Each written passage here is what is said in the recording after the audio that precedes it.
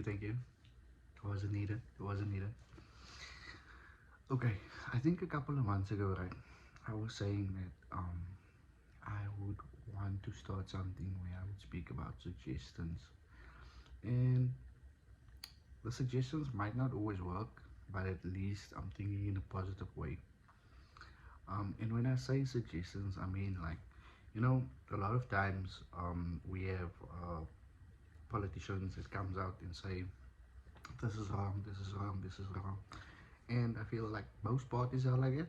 But and it's true, this is wrong, this is wrong, and I feel like I wanna try and bring a positive, how can I say, thing with rather by saying like, okay, look, we know this is wrong, but how can we fix this? Okay, so there's one topic I want to speak about, and depending on how this video does, I am then going to continue. If it doesn't do well, then fuck it. Anyways, so we all know there is hotspots in Kraaifontein, right? These hotspots, and it's now dangerous for people that drives because they smash and grab and all of those kind of things, right? Now the city wants to, or they already have installed cameras to, I don't know what to do with that, because basically the cameras will be able to recognize the person's face or recognize the car vehicle, but then obviously if they send it to the police station or the police, they will have to investigate it, and we all know that the police is understaffed and we won't always get those people. So I've got a suggestion. Instead of spending 50 billion rand, 12 billion rand installing cameras, why don't we employ people from our area, right?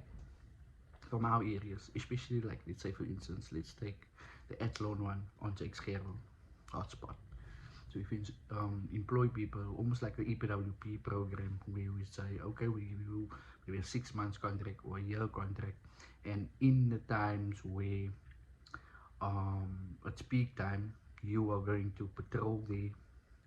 You are going to patrol in the morning and at night, and they can now obviously say, and not just one person, but maybe a team of 5 to 10 people, depending on what area, on what side as well. Then you would give them a statement to basically patrol that, which means that you actually creating employment or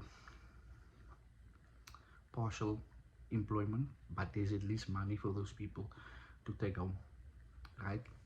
Then also you can, what you can do is also give those people training, combat training, um, and how to defend themselves with radios, and obviously they need to keep their phones at home, and it's just a two-way radios, and they would be stationed close enough for each other to be able to whistle or to make signals, or if they have things that would be able to bring them closer. So now you've got these people patrolling that specific hotspot. So if there is um, robbers, or they can just quickly call on the radio, listen to the police, we need backup or something like that, which means the people that's driving the cars is safer. It's people that's earning money, especially the community. And yeah, I feel like that is one of the things that we can do instead of installing cameras. um, and the reason why I say that they also need combat, obviously they need to be able to defend themselves.